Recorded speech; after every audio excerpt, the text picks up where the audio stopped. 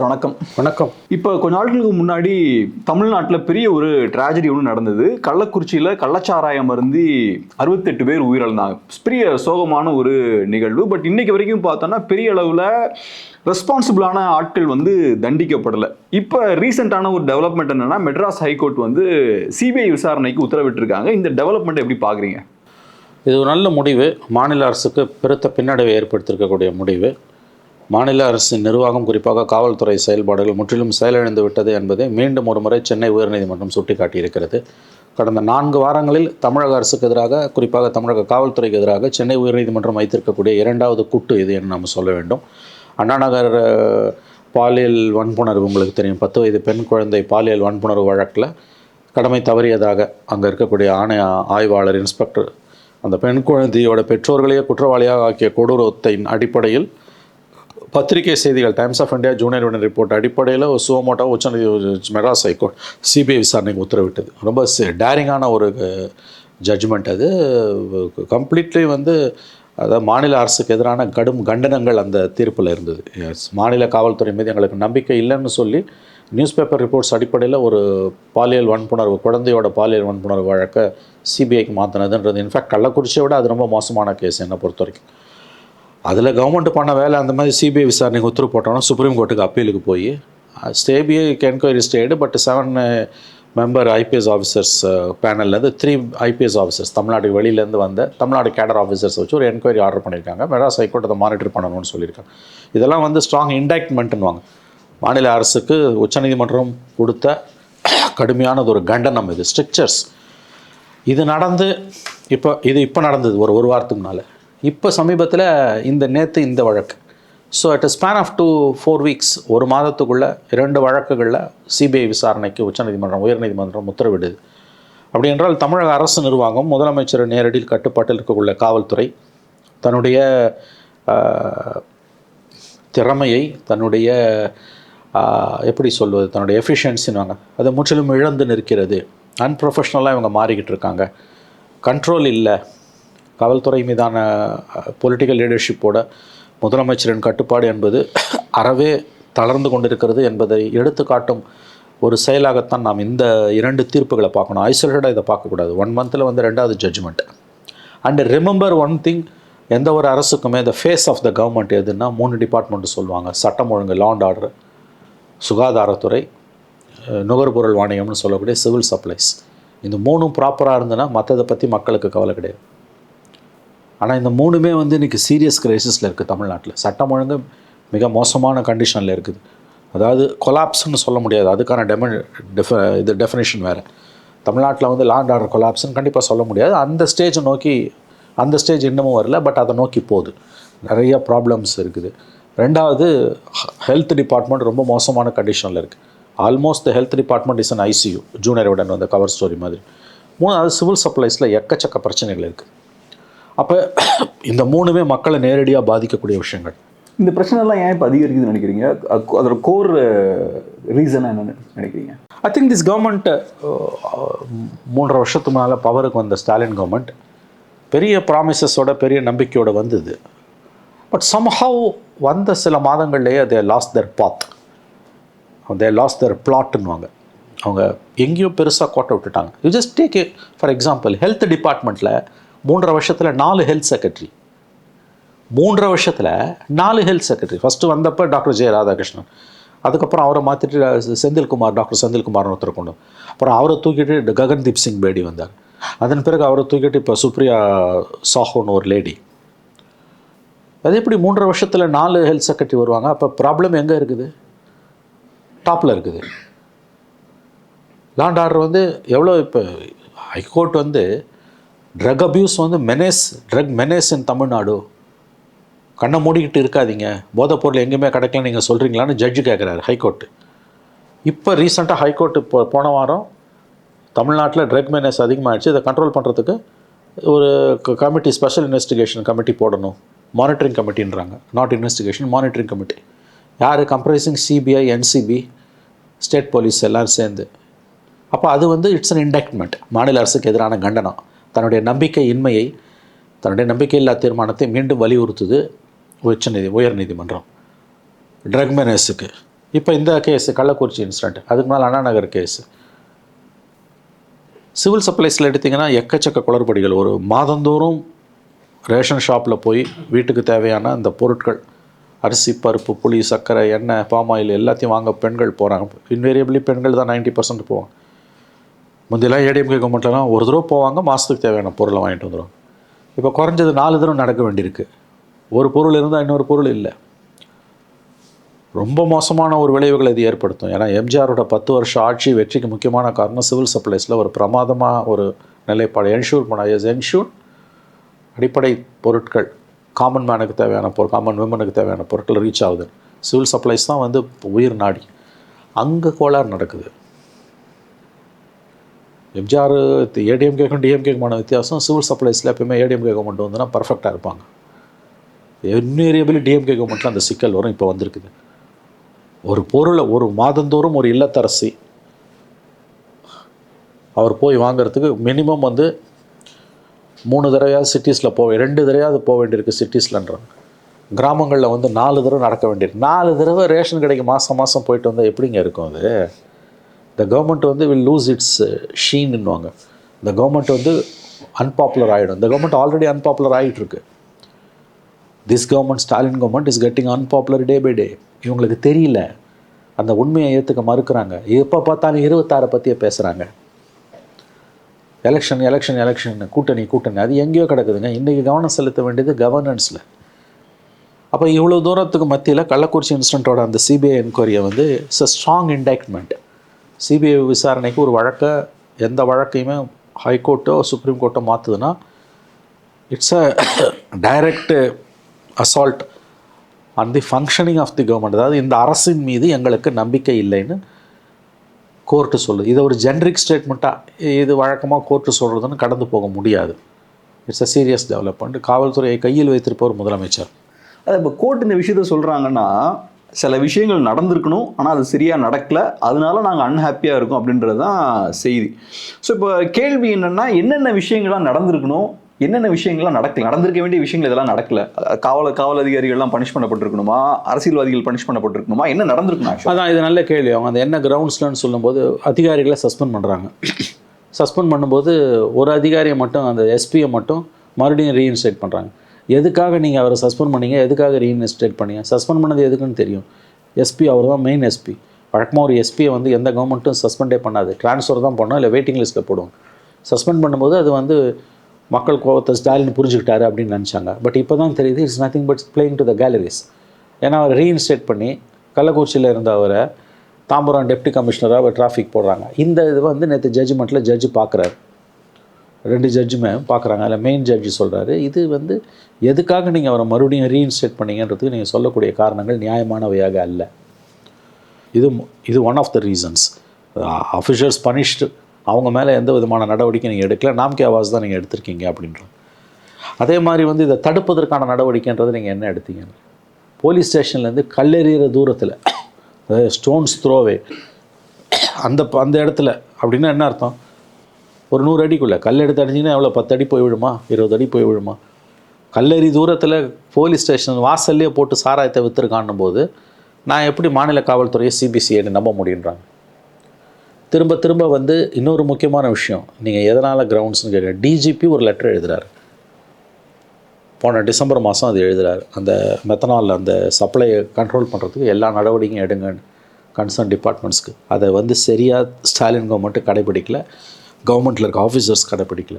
DGP சொன்னதை செஞ்சுருந்தா access to மெத்தனாலே கள்ளசாராயம் காய்ச்சறவனுக்கு வந்திருக்காது, இந்த உயிரிழப்புகள் நடந்திருக்காது. உங்கள் டிஜிபி சொன்னதே நீங்கள் கேட்கலன்னு நேற்று ஜட்ஜ்மெண்ட்டில் கோர்ட் சொல்லுது. எதற்காக சிபிஐக்கு நாங்கள் மாற்றுறோன்னு அவங்க சொல்லக்கூடிய காரணங்கள் இருக்குல்ல, இப்போ நீங்கள் கேட்டிங்கல்ல, these are all just few examples. ரொம்ப வலுவான காரணங்கள் இது. அதாவது மாநில அரசு நிர்வாகம் செயலிழந்து விட்டது, நிர்வாகம் சரியில்லை, இந்த சுச்சுவேஷனை வந்து ஹேண்டில் பண்ணுறதில்ல. ஏங்க அந்த கலெக்டரும் எஸ்பியும் உட்காந்துட்டு 4 பேர் வயிற்று வலியில் செத்துட்டான்னு கலெக்டர் சொல்கிறாரு, அது கள்ள சாராயம் இல்லைன்றாருங்க. அந்த ஸ்டேட்மெண்ட்டை வச்சு தான் சாராயத்தை ஏற்கனவே வாங்கி வச்சுருந்தாலும் குடித்தான்.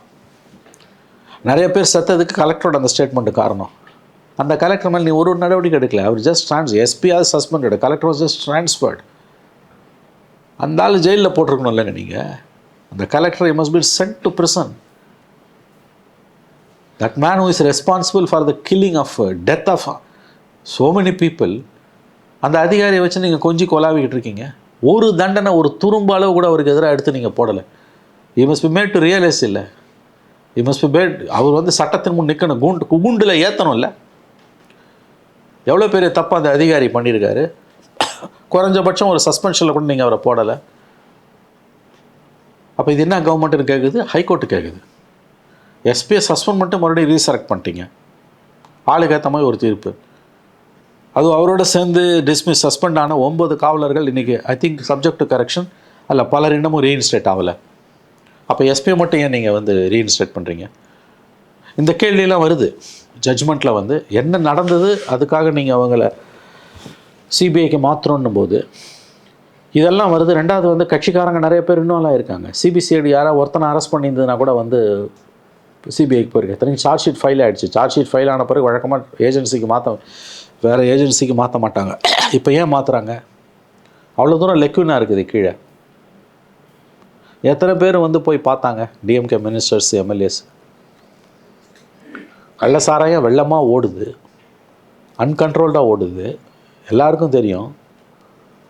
இந்த இஷ்யூவால் கொஞ்சம் லைம்லைட்டுக்கு வந்தது.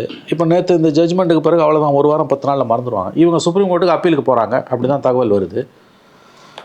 சிபிஐ விசாரணையை எதிர்த்து திமுக அரசு சுப்ரீம் கோர்ட் விசாரணை மேல்முறையீட்டுக்கு போகும் என்று தான் தகவல்கள் வருகின்றன. அங்கே என்ன நடக்கும்னு யாராலையும் ப்ரெடிக்ட் பண்ண முடியாது. நீங்கள் மடியில் கணக்கு இருந்தால் தானே வழியில் உங்களுக்கு பயம் இருக்கும். நீங்கள் நேர்மையானவர்கள் உத்தம சீலர்கள்லாம் எதுக்கு சுப்ரீம் கோர்ட்டுக்கு அப்பீலுக்கு போகிறீங்க? இல்லை சிபிஐ என்கொயரி என்ன கூடிய மூழ்கிட போகுது. உங்களுக்கு என்னங்க நஷ்டம்? சில ஒரு விஷயத்தை நம்ம கொஞ்சம் ஃப்ராங்காக பேசுவோமே. இப்போ என்னென்னா, கள்ளச்சாராயன்றதை சீக்ரெட்டாக பண்ண முடியாது. இப்போ நீங்கள் எக்ஸ்பென்சிவான ட்ரக்ஸை வந்து சீக்ரெட்டாக விற்கலாம். கொக்கைன் மாதிரியான ட்ரக்லாம் ரொம்ப எக்ஸ்பென்சிவான ட்ரக் ஒரு சின்ன குரூப்புக்கிட்ட சீக்ரெட்டாக விற்கலாம். இது நீங்கள் ஓப்பனாக பட்டப்பகலில் விற்கக்கூடிய ஒரு பொருள் தான். ஸோ எல்லாருக்கும் தெரிஞ்சு தான் அவங்க பண்ணுறாங்க. ஸோ அந்த வகையில் டிப்ளமேட்டிக்காக சொல்லணும்னா, ஏதோ ஒரு வகையில் அதிகார வர்க்கத்தோட பவர்ஸோட அந்த யார் கையில் பவர் இருக்கோ அவங்களோட அப்ரூவலோட தான் இந்த விஷயம் வந்து நடக்குது. நீங்கள் சொன்ன மாதிரி கலெக்டர் அவர்கள் வந்து நீங்கள் சொன்னீங்களா, அவர் பெரிய தப்பு பண்ணியிருக்காரு, அவரை அரெஸ்ட் பண்ணுன்ற அளவுக்கு நீங்கள் சொல்கிறீங்க. ஸோ ஏகப்பட்ட பேர் வந்து நிறைய தவறுகளை வந்து பண்ணியிருக்காங்க. ஸோ இப்போ முக்கியமான கேள்வி என்னென்னா, இப்போ சிபிஐ விசாரணை நடக்க போகுது, நடக்கும்னு நம்புவோம். அப்படி நடந்ததுன்னா என்ன எதிர்பார்க்கலாம்? இப்போ இது வந்து சிஸ்டம்லேயே பெரிய பிரச்சனை இருக்குது. எல்லாருமே ஏதோ ஒரு வகையில் இன்வால்வ்டு, பொலிட்டீஷியன்ஸ் இன்வால்வ்டு, அதிகாரிகள் இன்வால்வ்டு. சிபிஐ வந்ததுக்கப்புறம் என்ன நடக்கும்னு நினைக்கிறீங்க? பெரிய நம்பிக்கைகள் எதுவும் சிபிஐ மீது வைக்க வேண்டாம். ஏன்னா சிபிஐ வந்து கேஜ்டு பேரட்டன் சுப்ரீம் கோர்ட் அப்ரூவ் பண்ணுறதுன்றது ரொம்ப கஷ்டம். சிபிஐ ஒன்றும் அப்படியே பாஞ்செல்லாம் பிடிக்காது குற்றவாளிகளை. Fraud cases, banking fraud cases இருக்கு இல்லையா, ஃபினான்ஷியல் ஃப்ராட் கேசஸில் தான் சிபிஐயோட சக்ஸஸ் ரேஷியோ வெரி ஹை. இந்த மாதிரியான கிரிமினல் கேசஸில், மர்டர்ஸு, இந்த மாதிரி ஹூஜ் ட்ராஜடிஸு, இந்த மாதிரியான இஷ்யூஸில் வந்து சிபிஐயோட சக்ஸஸ் ரேஷியோ இஸ் அபிசிமல்னுவாங்க. இன்னொன்று, சிபிஐ ஒன்றும் ஜெயலலிதா சொன்ன மாதிரி வானத்துலேருந்து குதிச்சவங்க கிடையாது. அவங்க யார்? சிபிஐ ஆஃபீஸர்ஸ் ஸ்டேட் போலீஸோட சர்வீசஸ்லேருந்து வந்து ஆன் டெபுட்டேஷன் போகிறவங்க தான் நாடு முழுவதுமே. சிபிஐ ஒரிஜினல் கேடர் இருக்கும் ரொம்ப கம்மியாக தான் இருப்பான். அதுமாதிரி சிபிஐ டைரக்டரும் ஐபிஎஸ் ஆஃபீஸர், சிபிஐலேருந்து கீழேருந்து மேலே வந்தவர் கிடையாது. And CBI will always give a long rope. CBI ஒன்றும் ரொம்பலாம் மெனக்கட மாட்டான். ரெண்டாவது, இந்த கேஸில் அவன் சார்ஜ் ஷீட் ஃபைல் பண்ணுறதுக்கு, ரிப்போர்ட் ஃபைல் பண்ணுறதுக்கு 4 வருஷத்துல 5 வருஷம் கூட ஆகலாம். அவ்வளோ பெரிய உங்களுக்கு வந்து லொபோரியஸான கேஸ் இது. ரெண்டாவது, சிபிஐ வந்து ஸ்ட்ரிக்ட்லியாக சிபிஐ வந்து heavily hamstrung or affected by shortage of hands. ஆளே கிடையாது. அப்போ இவ்வளோ இருக்கும்போது சிபிஐ வந்து பெருசாக அப்படியே வந்து உங்களுக்கு வந்து இதில் நீதியை நிலைநாட்டிடுவாங்கலாம் நீங்கள் எதிர்பார்க்க வேண்டாம். ரூலிங் பார்ட்டி பர்சன்ஸ் இன்வால்மெண்ட் இல்லாமல், லோக்கல் போலீஸ் இன்வால்மெண்ட் இல்லாமல் சாராயத்தை காய்ச்சவே முடியாதுன்றது தான் பாப்புலர் தியரி. அது தியரின்றது எல்லாருக்கும் தெரியும். அதை போலீஸே ஒத்துக்குது. ரிட்டையர்டு டிஜிஸ் லைக் வால்டர் தேவாரம் அவர் கொடுத்த பேட்டியிலெல்லாம் வந்து லோக்கல் போலீஸ் உதவி இல்லாமல் கள்ள சாராயத்தை காய்ச்சவே முடியாதுன்னு இப்போ சொல்கிறாரு அவர். நீங்கள் ஒரு பேக்கெட் 50 ரூபாய்க்கு விற்கிறீங்கன்னா அது மாஸ் ப்ராடக்ட், எல்லாருக்கும் கொடுக்கக்கூடிய ப்ராடக்ட், சீக்கிரட்டாக விற்க முடியாது. ஸோ போலீஸோட நாலேஜ் இல்லாமல், போலீஸோட கன்கரன்ஸ் இல்லாமல் கள்ள சாராயத்தை ரொம்ப நாள் ஓட்ட முடியாது. அப்போ போலீஸோட உதவியோடு நடக்குதுன்னா system rotten, completely system rotten. இதை வந்து நீங்கள் வந்து எப்படி இதை வந்து நீங்கள் வந்து மீட் அவுட் பண்ணுறதுக்கு உங்களுக்கு வந்து கண்டிப்பாக ஒரு இமேஜினரி அப்ரோச் தேவை. ஸோ இப்போ நீங்கள் குற்றவாளிகளை பிடிக்கணும்னா எல்லாரையுமே பிடிக்க முடியும். நீங்கள் சொன்னீங்க சிஸ்டமே ராட்டன்றீங்கல்ல. எஸ், இன்வால்வ் ஆகிருக்கு எல்லாரையும் அரெஸ்ட் பண்ணணும், பனிஷ் பண்ணணும். அது சாத்தியமான? அது சாத்தியம் இல்லை. ஆனால் அதுக்காக வந்து சாராயம் விற்றவனையும் விற்கிறதுக்கு அலோவ் பண்ணவனையும் நம்ம we cannot allow them go scot free. நீங்கள் சொல்கிறது இட்ஸ் அ லார்ஜர் ப்ராப்ளம். மது என்பது ஒரு சமூக தீமை. எல்லாம் கரெக்ட், அதெல்லாம் கீதோபதேசம். இன்றைக்கி வந்து செத்துருக்கான் இவ்வளோ பேர், 60 பேர் 67 பேர் செத்துருக்கான், 100 பேருக்கு மேலே காயப்பட்டு கிடக்கான். அந்த 100 பேர் வந்து ஞாபகம் வச்சுக்கோங்க, அவன் வந்து பெரிய பிரச்சனை. ஏன்னா செத்துறதவன் பெட்டர் கள்ள சாராயத்தில். சர்வைவர்ஸோட ப்ராப்ளம் ரொம்ப அதிகம். கண்ணு போய் காலு போய் இல்லை கிட்னி ஃபெயிலியர் ஆகி லங் டிசீஸ், ஸ்கின் டிசீஸ் வந்து ஹூச் ட்ராஜடிஸில் வந்து சர்வைவர்ஸோட ப்ளைட்டுன்றது ரொம்ப மோசம். அப்போ அவங்க வந்து வீட்டுக்கும் நாட்டுக்கும் சுமையாக மாறுறாங்க. ஃபேமிலிக்கும் பிரச்சனை அவங்களால, நாட்டுக்கும் பிரச்சனை. ஏன்னா ப்ரொடக்டிவிட்டி போகுது. அப்போ இது வந்து ஒரு பெரிய ட்ராஜடி. இது survivors are fast becoming a menace or a burden for society and the family. So இவ்வளோ இஷ்யூஸ் அதில் வந்து உங்களுக்கு நம்ம பார்க்க வேண்டி இருக்குது. கள்ளக்குறிச்சி இன்சிடெண்ட்டில் லோக்கல் டிஎம்கேமென் அஃபிஷியல்ஸு அவங்கெல்லாம் இன்வால்வ்ன்றது தான் பரவலாக இருக்கக்கூடிய செய்தி. அங்கே இருக்கக்கூடிய ஏடிஎம்கே தொகுதி எம்எல்ஏ, ஏடிஎம்கே எம்எல்ஏ அதை தடுக்கணும்னு லெட்டர் போடுறாரு. ஸ்பீக்கர் அலோவ் பண்ணுற மறுக்கிறாரு, விசாரிக்கல. டிஜிபியோட லெட்டர் படி டிசம்பர்லேயே ஆக்ட் பண்ணி அதை தடுத்துருக்கலாம். அதை தான் கோர்ட்டு சொல்லுது. இதை தாண்டி வந்து உங்களுக்கு வந்து உள்ளூர் அங்கே இருக்கக்கூடிய அட்ஜசன்ட்டில் இருக்கக்கூடிய ரூலிங் பார்ட்டி எம்எல்ஏஸ் வந்து அதில் இன்வால்வ்டுன்னு போகிற வரவெல்லாம் அங்கே பேசுகிறோம். இப்போ அவங்கள போய் சிபிஐ பிடிக்குமா? இன்னொன்று ஞாபகம் வச்சுக்கோங்க, சிபிஐயோட ரோல் வந்து லெத்தார்ஜிக்காக இருக்கும். சிபிஐயோட ஒர்க் ரொம்ப ஸ்லோவாக இருக்கும். மினிமம் சார்ஜ் ஷீட் ஃபைல் பண்ணுறது கூட, இதில் சார்ஜ் ஷீட் ஏற்கனவே இவன் ஃபைல் பண்ணிட்டான், சிபிசிஐடி பண்ணிட்டாங்க, இவங்க பண்ணிட்டாங்க. நான் ஏஜென்சி மாறும்போது அவங்க இந்த சார்ஜ் ஷீட்டை மேலே கொண்டு போவாங்களா, ஃப்ரெஷ் சார்ஜ் ஷீட்டை போட போகிறாங்களான்னு நமக்கு தெரியல. இந்த ப்ராசஸ் ட்ரான்ஸ்ஃபர்மேஷன் பீரியடு ரொம்ப சம்டைம்ஸ் லாங்காகவே இருக்கும். 2 வாரத்துக்குள்ளே எல்லா டாக்குமெண்ட்ஸையும் கொடுங்கன்றாங்க. கண்டிப்பாக அதுக்குள்ளே சுப்ரீம் கோர்ட்டில் போய் இவங்க நிற்பாங்க. And supreme court is unpredictable horse. திடீர்னு ஸ்டே பண்ணிட்டான்னா அதோட ஊற்றி மூட வேண்டியதுதான். சிபிசிஐடி என்கொயரியும் அதில் அஃபெக்ட் ஆகும். இவ்வளோ விஷயம் இருக்குது உங்களுக்கு. ஸோ கண்டிப்பாக ஸ்டேட் கவர்மெண்ட் சிபிஐ விசாரணையை ஒத்துக்க மாட்டாங்க. இட்ஸ் அ ப்ரெஸ்டீஜ் இஷ்யூ அவங்களுக்கு. ஸோ சுப்ரீம் கோர்ட் போவாங்கன்றீங்க? கண்டிப்பாக போவாங்க. சுப்ரீம் கோர்ட்டுக்கு போகலன்னா தான் ஆச்சுனா. இன்ஃபேக்ட் போகக்கூடாதுன்னு பாட்டாளி மக்கள் கட்சியெலாம் நேற்று கேட்டிருக்காங்க. அது கெட்ட பேர் ஆயிரும்ல மக்கள் மத்தியில். அது எது கெட்ட பேர்? சுப்ரீம் கோர்ட்டில் போய் ஸ்டே வாங்கினா அதை பற்றி இந்த கவர்மெண்ட் கவலை கிடையாது. அண்ணா நகர் பொன் குழந்தை விஷயத்தில் வாங்குறாங்க. அது எவ்வளோ பெரிய கேஸுங்க அது. அதில் சிபிஐ விசாரிச்சா என்ன குடிமொழிகிட போகுது? உங்களுக்கு நல்ல பேர் தானே. தவறு செஞ்ச அதிகாரி தண்டிக்கப்படட்டுமே. ஒரு அதிகாரி தவறு செய்கிறதால திமுகவே தவறு செஞ்சிருச்சு, முதலமைச்சர் தவறு செஞ்சுட்டாரு, டெபுட்டி சீஃப் மினிஸ்டர் தவறு செஞ்சுட்டாருன்னு யாருமே சொல்லலையே. இந்த மாதிரி இன்சிடென்ட்ஸ் எந்த கவர்மெண்ட்லேயும் நடக்கலாம், யார் கவர்மெண்ட்லேயும் நடக்கலாம். ஆனால் இதெல்லாம் பார்க்கும்போது நமக்கு இந்த சிஸ்டம் எப்படி கரெக்டாக ஆப்ரேட் ஆகுதுன்ற விஷயத்தை பற்றின புரிதல் நமக்கு இல்லைன்னு தோணுது. மேலே எப்படி ஃபங்க்ஷன் ஆகுதுன்ற விஷயம். That is deep state. We are talking about the deep state. அது பார்க்குற விஷயத்தை வச்சு பேசிகிட்டு இருக்கோம். ஆமாம், பார்க்குற விஷயத்தை வச்சு தான் நம்ம பேச முடியும். பார்க்குற விஷயத்தில் உங்களுக்கு புரியலன்னா ஒன்றை மட்டும் நீங்கள் புரிஞ்சுக்கணும். we have reached the stage where the borders of deep state starts. அவ்வளோதான். நீங்கள் இந்த மாதிரி போய் வந்து ஒரு சிபிஐ என்கொயரிக்கு ஹைகோர்ட் ஆர்டர் பண்ணும்போது அதை with humbleness you should accept. நீங்கள் சுப்ரீம் கோர்ட்டுக்கு போகிறீங்க. Supreme court is an unpredictable horse. ஒரு கேஸில் ஸ்டே கொடுக்குறவன் அதே கேஸில் கொடுக்க மாட்டான். இப்போ இவங்க கேவியட்ஸ் போட்டு போவாங்க. ஏடிஎம்கேயில் அண்ணா நகர் கேஸில் பாவம் affected parties R poor people, அவங்க கேவியட்ஸ் போடலை. சுப்ரீம் கோர்ட் இந்த கேஸில் வந்து அண்ணா ஏடிஎம்கே, பிஎம்கே, பிஜேபி, டிஎம்டிகே இவங்கெல்லாம் பார்ட்டிஸ், இவங்க ஆல்ரெடி சுப்ரீம் கோர்ட்டில் கேவியட்ஸ் போட்டிருப்பாங்க. இப்போ இவங்களை கேட்காம ஜட்ஜஸ் வந்து ஆர்டர்ஸ் போட முடியாது.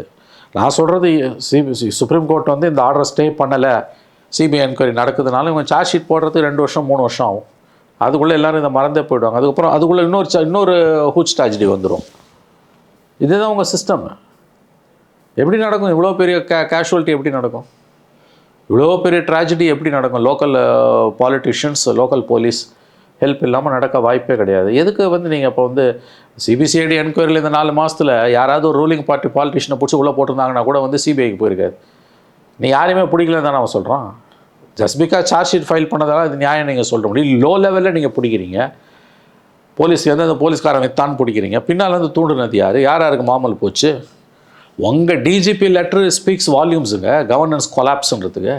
நீங்கள் சொல்கிற மாதிரி இந்த கண்ணுக்குட்டி சாராயம் வித்தாருன்னு சொல்கிறதெல்லாம் அவர் ஒரு வீட்டில் இருக்காரு. அவர் சப்ளையராக வேணா இருந்திருப்பாரு. கண்ணுக்குட்டி தான் உங்களுக்கு பிரச்சனையா? அதான் கண்ணுக்குட்டிக்கு மேலே இருக்கக்கூடிய தாய் பசுக்களை பற்றி யார் பேசுறது? கண்ணுக்குட்டிகளை பற்றியே பேசக்கூடியவர்கள் தாய் பசுக்களை பற்றி ஏன் பேச மாட்டேன்றாங்க? யாரோட ஆசீர்வாதத்தில் இது நடக்குது? அது எப்படி வந்து உங்களுக்கு வந்து இப்போ தான் வந்து மரக்காணத்தில் நடக்குது, விழுப்புரத்தில் நடக்குது, இப்போ மறுபடியும் இங்கே நடக்குது. ஒரு தனிநபர் மட்டும் இதை பண்ண முடியுமா? ஹோல் ஸ்டேஷனுக்கு பிரைப் பண்ணியிருக்காங்க. அந்த ஜட்ஜு சொல்கிறார்ல, கல்லறி தூரன்றாரு. கல்லறி தூரம்னா இப்படி பார்த்தீங்கன்னா தடுக்கி விழுற தூரம். போலீஸ் ஸ்டேஷனுக்கு கல்லறி தூரத்தில் வச்சு சாராயத்தை வைக்கிறான்னா இது என்ன இது வந்து collapse. This is call law and order collapse. இது எல்லாமே பொது வெளியில் இருக்க விஷயம். எதை வச்சு இவங்க நியாயப்படுத்துவாங்க? இப்போ நம்ம டீப்பர் இஷ்யூ நம்ம கொஞ்சம் பேசுவோம் சார். நீங்கள் சொன்னது மாதிரி இப்போ ஹெல்த் கேர் சிஸ்டம் ரொம்ப மோசமாக அடி வாங்கியிருக்கு. நீங்கள் லா அண்ட் ஆர்டர் கொலாப்ஸ்ன்னு சொன்னீங்க. நான் இப்போ ரீசெண்டாக ஒரு ஆர்டிக்கல் படித்தேன். க்ரைம் ரேட் தமிழ்நாட்டில் வந்து இன்க்ரீஸ் ஆகிட்டே இருக்குது, நிறைய கொலைகள்லாம் நடக்குது, இந்த விஷயங்கள்லாம் படித்தேன். இப்போ ரீசெண்டாக பார்க்கும்போது கூட நிறைய வன்முறை சம்பவங்கள், கவர்மெண்ட் ஹாஸ்பிட்டலில் டாக்டர் தாக்கப்பட்டதாக இருக்கலாம், ஒரு டீச்சர் வந்து கொல்லப்பட்டதாக இருக்கலாம். இதெல்லாம் நம்ம சொல்லும்போது ரொம்ப கேஷுவலாக அதெல்லாம் ஐசோலேட்டட் இன்சிடென்ட்ஸ் அப்படின்ற மாதிரி சொல்லிடுறாங்க. அதெல்லாம் எப்படிங்க நாங்கள் ஸ்டாப் பண்ண முடியுன்ற மாதிரி சொல்லிடுறாங்க. அதை நம்ம ஏற்றுக்கிறோம். பட் இருந்தாலும் இந்த மாதிரியான சம்பவங்கள் அதிகமாக நடந்துகிட்டே இருக்குன்னா சொசைட்டியில் ஏதோ ஒரு ப்ராப்ளம் இருக்கு. நம்மளோட எக்கனாமிக்கல் பாயிண்ட் ஆஃப் வியூலேருந்து, சோஷியல் பாயிண்ட் ஆஃப் வியூலேருந்து நம்ம பார்க்கும்போது சொசைட்டியில் ஃபண்டமெண்டலாக ஏதோ பெரிய பிரச்சனை கிரியேட் ஆகிட்டு இருக்குன்ற ஒரு உண்மையும் நம்ம புரிஞ்சுக்க வேண்டியது இருக்கு. ஸோ ட்ரக்ஸ் அதோட ஒரு அடையாளம் தான், கள்ளச்சாராயம் ஒரு அடையாளம் தான், ஆல்கஹால் மிஸ்யூஸ் வந்து கண்டமேனிக்கு நடந்துட்டு இருக்கு. ஸோ இதெல்லாம் ரேப்பிடாக இன்க்ரீஸ் ஆகிட்டு இருக்கு. எப்படி பார்க்குறீங்க இந்த தமிழ் சொசைட்டி? இதுக்கு வந்து கவர்மெண்ட் மட்டுமே பொறுப்புன்னு சொல்ல முடியாது, ஆனால் கவர்மெண்ட்டுக்கு இதில் எந்த ரோலும் இல்லைன்னு சொல்ல முடியாது. ஒரு விதத்தில் வந்து நீங்கள் வந்து இப்போ வந்து ஐசோலேட்டட் இன்சிடென்ட்னு சொல்கிறது வந்து ஒரு அளவுக்கு தான். அதை தாண்டி போகும்போது இப்போ ட்ரக் மெனஸ் எப்படி ஐசோலேட்டட் இன்சிடென்ட்டா? ட்ரக் மெனஸ் வந்து கவர்மெண்ட்டோட சப்போர்ட் இல்லாமல் எப்படி நடக்கும்? இல்லை, நான் வயலன்ஸே ட்ரக் ஐசோலேட்டட் இன்சிடென்ட்டாக பார்க்கல. ஏன்னா இப்போ பொருளாதார ரீதியாக நிறைய பிரச்சனைகள் இருக்கும்போது, சொசைட்டியில் நிறைய பிரச்சனை இருக்கும்போது தான் இந்த மாதிரியான வயலன்ஸ்லாம். ஒரு ஸ்கூல் டீச்சரை போய் ஒருத்தன் ஸ்டாப் பண்ணி கொலை பண்ணுறான். அது வந்து எந்த கவர்மெண்ட்டில் வேணால் நடக்கலாம் இல்லையா? அது கவர்மெண்ட் எப்படி பொறுப்பாக்க முடியும்? எனக்கு அந்த இடத்துல வந்து எனக்கு வந்து டிஸ்டர்பன்ஸ் ஆகுது. நான் சொல்ல வரல. நான் எப்படி சொல்ல வரேன்னா, நீங்கள் ஓவரால் ஸ்டாட்ஸ் எடுத்துக்கோங்க. ஒரு சொசைட்டியில் கிரைம் ரேட் வேகமாக இன்க்ரீஸ் ஆகுதுன்னு வச்சுப்போம். 1000 இருக்கிறது 2000 ஆகுது, 2000 3000 ஆகுதுன்னு வச்சுப்போமே. உங்கள் சொசைட்டியில் உங்கள் சிஸ்டமில் ஏதோ பெரிய ப்ராப்ளம் இருக்குது. அதுக்கு கவர்மெண்ட் ரெஸ்பான்சிபிள் தான். ஸோ உங்களுக்கு பொருளாதார ரீதியாக பிரச்சனை இருந்ததுன்னா திருட்டு அதிகமாகும், வன்முறை சம்பவங்கள் அதிகமாகும், ட்ரக் அபியூஸ்லாம் நிறைய அதிகமாகும். ஸோ இப்போ நீங்கள் பொருளாதார ரீதியாக உங்கள் சிஸ்டமை கரெக்டாக வைக்கணும்ல, அதை வச்சிங்கன்னா ஆட்டோமேட்டிக்காக ஓவரால் கிரைம் ரேட்டை நீங்கள் கம்மி பண்ணிடலாம். கண்டிப்பாக நீங்கள் மேக்ரோ லெவலில் அதை பண்ணலாம்ல. ஆனால் இண்டிவிஜுவல் அந்த பர்டிகுலர் கேஸில் மேபி நீங்கள் கை கழுவலாம். ஓவராலாக நீங்கள் கை கழுவ முடியாது. அதுதான் நான் வந்து இப்போ நீங்கள் சொல்கிறத மறுக்கல. I agree with you. நான் சொல்கிறது என்னென்னா, இது ரெண்டாக பிரிச்சுக்கணும். ஐசோலேட்டட் இன்ஸ்டன்ஸ், ஒரு டீச்சரை ஸ்டாப் பண்ணுறது, ஒரு வக்கீலை வெட்டுறது, இதெல்லாம் வந்து okay. Still give advantage leverage to government. Okay, government அதில் காப்பாற்றலாம். எஸ், கவர்மெண்ட் இது பொறுப்பு இல்லை. எந்த கவர்மெண்ட்டில் வேணால் இப்படிப்பட்ட நிச்சயம் நடக்கலாம். Because these are all operations.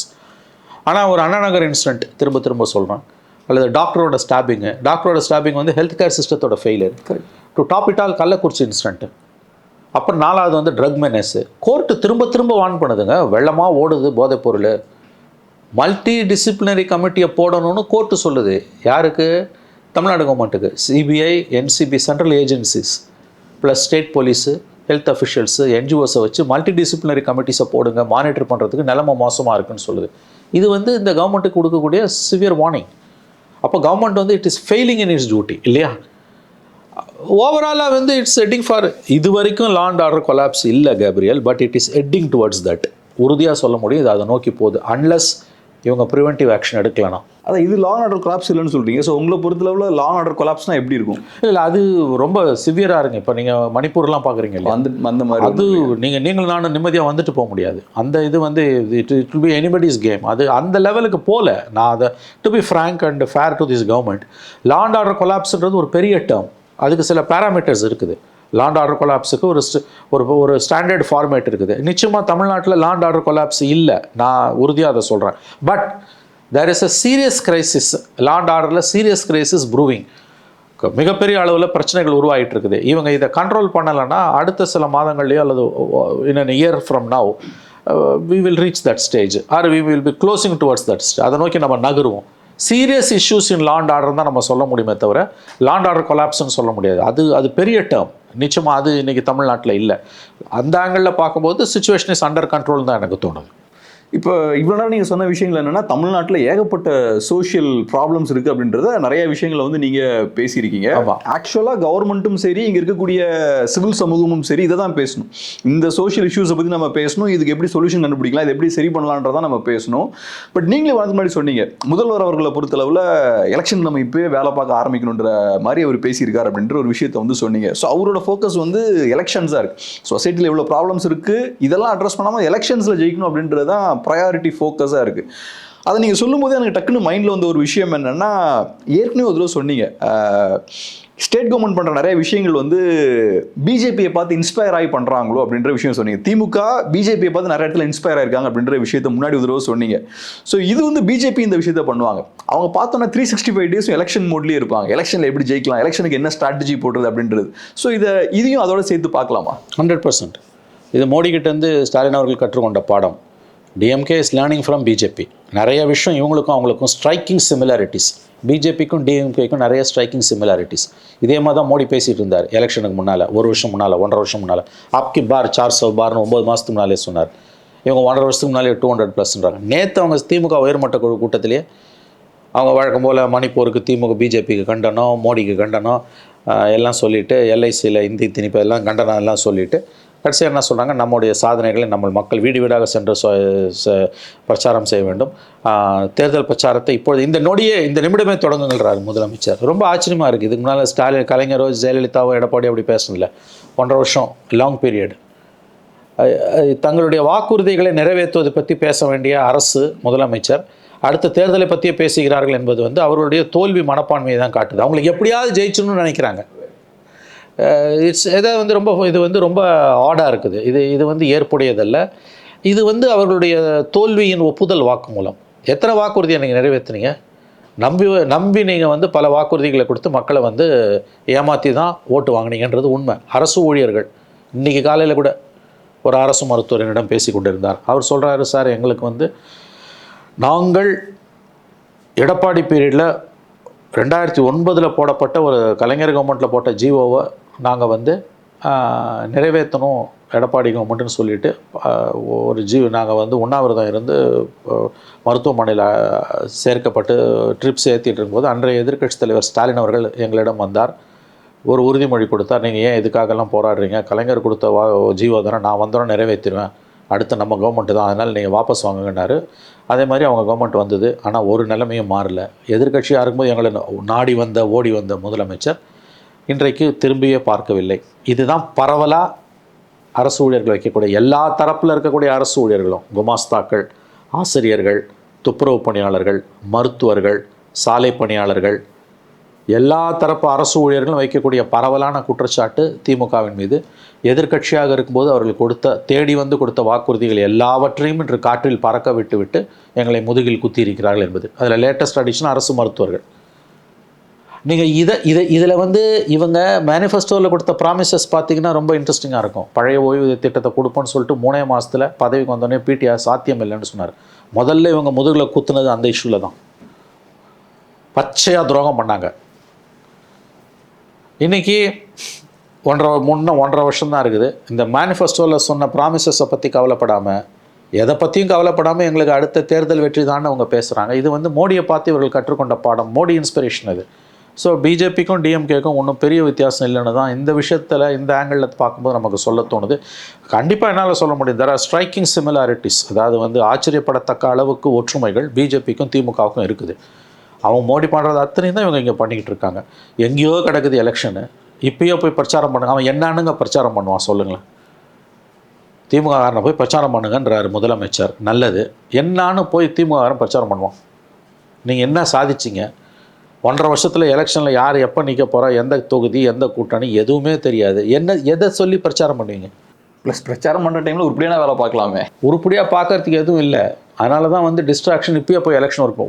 This is unusual. எனக்கு தெரிஞ்சு நான் 40 வருஷமாக நான் பார்க்குறேன், எந்த கவர்மெண்ட்டு, எந்த சீஃப் மினிஸ்டருமே வந்து 1.5 வருஷத்துக்கு முன்னால் போய் இப்போயும் எலெக்ஷன் ஒர்க் பண்ணுன்னு சொன்னது கிடையாது. ஆனால் ஒரு கான்ஷியஸான ஒரு ஸ்ட்ராட்டஜின்னு பார்க்குறேன். ஏன்னா இப்போ பிஜேபியோட ஸ்ட்ராட்டஜி எப்படி இருக்கும்னா, இந்த லாஸ்ட் ஒரு 4-5 இயர்ஸ் பாருங்களேன், மீடியாவில் வந்து நேஷனல் மீடியாவில் பெருசாக அவங்க இஷ்யூஸே பேச மாட்டாங்க. அவங்க பேசுகிற விஷயங்கள் எல்லாமே இந்த எலெக்ஷன் ஸ்ட்ராட்டஜி ஒர்க் ஆகுமா, இந்த கட்சிக்கு எவ்வளோ ஓட் ஷேர் வரும், இந்த கட்சி வந்து பிரியுமா, இந்த எம்எல்ஏஸ் அங்கே போவாங்களா, பொலிட்டிக்கலாகவே எல்லாமே டிஸ்கஸ் பண்ணிட்டு இருப்பாங்க. இஷ்யூ பேஸ்டாக அவங்க டிஸ்கஸ் பண்ண மாட்டாங்க. மக்களுக்கு பிரச்சனை வந்து இஷ்யூஸ் தான். அவங்க மக்கள் நிறைய இஷ்யூஸ் இருக்குது, அதனால பாதிக்கப்படுவாங்க. பட் மீடியா கிரியேட் பண்ணுற அந்த நரேட்டிவ் பார்த்தீங்கன்னா அரசியல் தான் உங்களோட இஷ்யூ அப்படின்ற மாதிரி மீடியா ஒரு நரேட்டிவை செட் பண்றாங்க. ஏறக்குறைய இப்போ வந்து தமிழ்நாடு தான் பண்ணுது. ஆமா, பொலிட்டிக்கலா நீங்க பேசிக்கிட்டே இருந்தா மக்களும் பொலிட்டிக்ஸ் தான் பேசிட்டு இருப்பாங்க. மக்கள் இது வந்து அதனால தான் நம்ம மீடியாவை அட்டாக் பண்றோம். எதனால சொல்றோம்னா வந்து அட்டாக் பண்ணணும்ட்டு பண்ணல, கிரிட்டிசைஸ் பண்ணணும்ட்டு சத்தியமா பண்ணல. இப்போ நீங்க சொன்னீங்கல்ல, நேஷனல் மீடியா 10 வருஷமாக வந்து இஷ்யூஸை பேசாமல் பாலிடிக்ஸை மட்டுமே பேசிக்கிட்டு, பவர் இழந்த காங்கிரஸை பற்றி பேசிக்கிட்டு, இப்போ பிஜேபியோட அப்போனன்ஸை பற்றி பேசிக்கிட்டு ஸ்லாண்டர் பண்ணிட்டு இருக்கிறது தான் ஃபுல் டைம் ஜாபாக வச்சுருந்தாங்க. இஷ்யூக்காக தான் பாலிடிக்ஸ்க்காக இஷ்யூ கிடையாது. இஷ்யூக்காக தான் பாலிடிக்ஸ்க்காக இஷ்யூஸ் கிடையாது. இப்போ ப்ரிசைஸ்லி வந்து இவங்க வந்து பாலிடிக்ஸ்க்காக இஷ்யூஸை மாற்றிருக்காங்க. நம்முடைய விவாதங்கள் மீடியா நெரேட்டிவ் பூரா வந்து நேற்று கூட பாருங்கள், நேற்று கள்ளக்குறிச்சி இன்சிடெண்ட்டில் சிபிஐ என்கொயரி ஆர்டர் பண்ணியிருக்காங்க வித் ஸ்ட்ரிக்சர்ஸ். மாநில அரசுக்கு எதிராக, மாநில காவல்துறைக்கு எதிராக கடும் கண்டனங்களை தெரிவித்திருக்கிறது உயர்நீதிமன்றம். அது எவ்வளோ பெரிய இன்சிடெண்ட் அது. அதை பற்றி பேசாமல் திமுகவா அதிமுகவா பரப்புரையில் முந்துவது யாருன்னு தான் எல்லாரும் பேசுகிறாங்க. அதாவது வந்து இது எப்படி இவ்வளோ தூரம் வந்து இவங்களால் இன்சென்சிட்டிவ்னு ஒரு வார்த்தை உண்டு ஆங்கிலத்தில். இன்சென்சிட்டிவ்னு ஒரு வார்த்தை உண்டு. அதுவும் பப்ளிக் லைஃப்பில் இருக்கவங்க, media personality is a public personality. மீடியான்றது வந்து பப்ளிக் வந்து சர்வ் பண்ணுறதுக்கு தான் வந்திருக்கு. இவ்வளோ பெரிய ஒரு டெவலப்மெண்ட் இருக்குது, அதை பற்றி கவலைப்படாமல் நீங்கள் சொல்கிற மாதிரி வந்து இஷ்யூஸை பேசாமல் எலெக்ஷனை பற்றி நீ பேசுகிற. இது வந்து it's not accidental, it's by design, conscious decision. ஏன்னா மக்கள் பிரச்சனை பற்றி பேசினா ஸ்டேட் கவர்மெண்ட் டிஸ்டர்ப் ஆகும், ஸ்டேட்டஸ் கோட் டிஸ்டர்ப் ஆகும். ஸ்டேட் கவர்மெண்ட் டிஸ்டர்ப் ஆகக்கூடாதுன்னு நீ வந்து பெரிஃபரல் இஷ்யூன்னு சொல்லுவாங்க, சம்மந்தம் இல்லாத இஷ்யூவா இல்லை வெளியில் இருக்க இஷ்யூவா, நான் இஷ்யூவை நீ பேசுகிற. இது நான் இஷ்யூவாக இல்லாமல் இருக்கலாம், ஆனால் இன்றைக்கி தேவையில்லாத இஷ்யூ இது. இன்றைக்கி வந்து மெயின் இஷ்யூ மக்கள் சார்ந்த பிரச்சனை. நேற்றுக்கு அண்ணன் டெவலப்மெண்ட்டை நம்ம பேசும்போது, கள்ளக்குறிச்சி இன்சிடெண்ட்டை சிபிஐ மாற்றும் போது ஹைகோர்ட் சொன்ன ஸ்ட்ரிக்சர்ஸ் அது வந்து எவ்வளோ தூரம் அஃபெக்ட் பண்ணுது. அண்ட் ரிமெம்பர், இதை எப்படி நீ பார்க்கணுன்னா, கடந்த 4 வாரத்தில் 2வது incident, the judiciary condemns the state government 2 times in the past 4 weeks. கடந்த 4 வாரங்களில் நீதித்துறை ஆளும் தரப்பை 2 முறை கண்டித்திருக்கிறது. நீங்கள் ஒர்க் பண்ணீங்க, சரியாக ஃபங்க்ஷன் பண்ணலைன்னு உங்கள் செயல்பாடுகள் மீது தன்னுடைய அதிருப்தியை வெளிப்படுத்தியிருக்கு. இது இஷ்யூ. நீ இதை பேசாமல் திமுக முந்துதா அதிமுக முந்துதான்னா நீங்கள் யாருக்காக வேலை செய்கிறீங்க? இது வந்து மக்களுக்கு இழைக்கப்படுற துரோகம். இது நீங்கள் நல்ல ஒரு வார்த்தை யூஸ் பண்ணீங்க, 68 பேர் இறந்துருக்காங்க, அதை பற்றி பெருசாக பேசாமல் வேற எதுவும் நம்ம பேசுகிறோம்னா அது ஹைலி இன்சென்சிட்டிவான விஷயம். 68 பேர் இறக்குறாங்கன்னா அது சாதாரண விஷயம். அதோட அந்த இன்டென்சிட்டியை வந்து மக்கள்கிட்ட எடுத்துகிட்டு போகிறது ரொம்ப அவசியம். 100 பேர் செத்தவன் பாக்கியசாலி கப்ரியல் கள்ளசாராய சாவுகளில் உயிர் போயிடுச்சவன் தேர் வந்து டெட், எப்படி சொல்கிறது, டெட் காப்ஸ். அவங்க வந்து வாக்கிங் காப்ஸ். அவங்க கண்ணு போய், காலு போய், கிட்னி போய், ஸ்கின் டிசீஸு, நினச்சே பார்க்க முடியாத அளவுக்கு அவன் வந்து உடல் உபாதைகள், அந்த ஹெல்த் கண்டிஷன்ஸ் அவனுக்கு இருக்கும். And there a burden to family and the society. நாட்டுக்கும் வீட்டுக்கும் அவன் பாரம். ஏன்னா அவன் வந்து ஃபேமிலி அவனை பார்த்துக்க முடியாத கண்டிஷனில் வரும், ஃபேமிலிக்கு பர்டன் ஆகிடுவான். சொசைட்டி மெடிக்கல் ட்ரீட்மெண்ட்டுக்கு போகிறான்னு வச்சுக்கோங்க, அங்கே வந்து கவர்மெண்ட்டு தான் ஸ்பெண்ட் பண்ணணும். 2வது அவன் வந்து ஏர்னிங் மெம்பராக இல்லாமல் போயிடுவான். அதாவது அவன் ஒரு ப்ரொடக்டிவிட்டி இல்லாத மனிதன் ஆகிடுவான். தேர்பை அவனோட contribution to the society and economy and to the GDP, whatever you call it, becomes nil. So அவன் வந்து is a burden for family and society. 100 பேருக்கு மேலே 68 பேர் செத்துருக்கான். எவ்வளோ ஒரு சென்சிட்டிவான இஷ்யூ. அதில் சிபிஐ என்கொயரிக்கு ஆர்டர் பண்ணும்போது வி டோன்ட் ஹேவ் கான்ஃபிடென்ஸ் இன்னும் மாநில காவல்துறைக்கு கடுமையாக கண்டனம் தெரிவித்து, ஞாபகம் வச்சுக்கோங்க, போலீஸ் மந்திரியாக இருக்கிறது முதலமைச்சர். அப்போ இதோட பொலிட்டிக்கல் ராமிஃபிகேஷன்ஸ் கூடுதலாகுது. நான் இதை பேசாமல் திமுகவா அதிமுகவானா இதை விட ஒரு இன்சென்சிட்டிவாக, இதை விட, அதாவது I think words are inadequate to describe the status of media. It's shameless. நம்மளும் டெய்லி பேசுகிறோமே, டெய்லி ஏன் பேசுகிறோன்னா டெய்லி அட்டூழியம் பண்ணுறேன். 1-2 நாள்ல 68 பேர் இறந்துருக்காங்க. என்ன போரா நடந்துட்டு இருக்கு? போரா மதுபானம் குடிச்சு 68 பேர் குடிச்சு 68 பேர் இறந்துருக்காங்க. செத்துருக்கான். அந்த கேஸ் சிபிஐக்கு மாத்துறான்னு போது நீ அதை பத்தி பேசாம திமுகவா அண்ணா திமுகவானா இதை விட ஒரு அட்ரோஷியஸ் பிஹேவியர் பை மீடியா இருக்குமா? இது அப்படியே மோடி பண்றது. மணிப்பூர் பத்தி எறியும் போது வந்து அந்த அழகி போட்டியை விவரிச்சுட்டு இருந்தாங்க. அது என்ன பேஜ் அந்த இது வந்து உங்களுக்கு இருக்குமே, அந்த இப்போ ஃபிலிம்ஃபேர் அவார்ட்ஸ்லாம் நடக்குமே உங்களுக்கு வந்து பாம்பேயில் வந்து அந்த இது நடக்கும் உங்களுக்கு வந்து அழகி போட்டின்னுவாங்க இல்லையா உங்களுக்கு வந்து அந்த மாதிரியான நான் இஷ்யூஸை பேசுறது. ஒரு ஒரு ஒரு part of the country is burning. நீ எப்படி வந்து மோடி கவர்மெண்ட்டை காப்பாற்றுறன்னா அதை டிஸ்கஸ் பண்ணாமல் நான் இஷ்யூ டிஸ்கிரைப் பண்ணுறது, டிபேட் பண்ணுறது, அதுக்கு முக்கியத்துவம் கொடுக்குது. அது அப்படியே ப்ரோட்டோடைப் எடுத்து தமிழ்நாட்டில் நடக்குது. Not only BJP, DMK is aping BJP, media, Tamil media is aping national media. So இது மக்கள் வந்து உங்கள் மேலே நம்பிக்கை இழந்துட்டு இருக்காங்க. தினம் ஏன் மீடியாவை திட்டுறீங்கன்றாங்க. நீங்கள் தினம் அட்டூழியம் பண்ணுறீங்க. அதனால தான் திட்ட வேண்டியிருக்குது. ஏன்னா வந்து இந்த பாவத்தில் உங்களுக்கும் பங்கு இருக்குது.